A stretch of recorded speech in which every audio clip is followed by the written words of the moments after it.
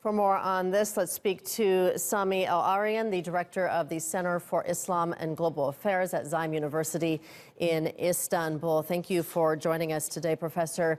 The U.S. president's statement saying MBS may be behind the killing, but he still is standing behind Saudi Arabia. How significant is this? Well, he knows very well from his intelligence agencies that the Crown Prince of Saudi Arabia is behind the killing. Yet he's not willing to actually punish him in any way, shape, or form. It only shows that Mr. Trump has no fiber, no moral fiber in his body. And he values interests, in this case, whether oil prices or arms deals, over any notion that the U.S. can stand behind human rights or freedom of speech, or for that matter, defending a murderer.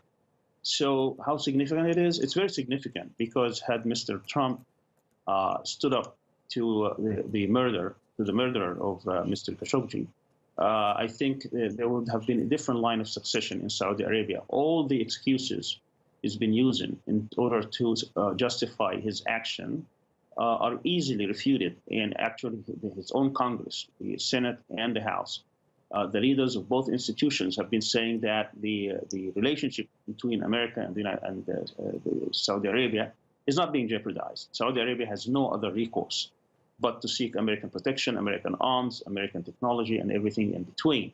So for him to use that to justify it is obviously unacceptable to many people in the United States. Mm-hmm. So that tells us, then ask the question, why is he doing it? A lot of people suspect that there is personal interest between his son-in-law, meaning that his son-in-law had a secret deal with the Crown Prince of Saudi Arabia in order to help him either financially or during his faltering so-called peace of the century between Israel and the other Arab Gulf states. Mm-hmm. Professor, the U.S. president will be attending the G20 summit next month in Argentina. He said if Mohammed bin Salman is there, that he would meet with him, and MBS is scheduled to be there. If the two meet, how big could this meeting be?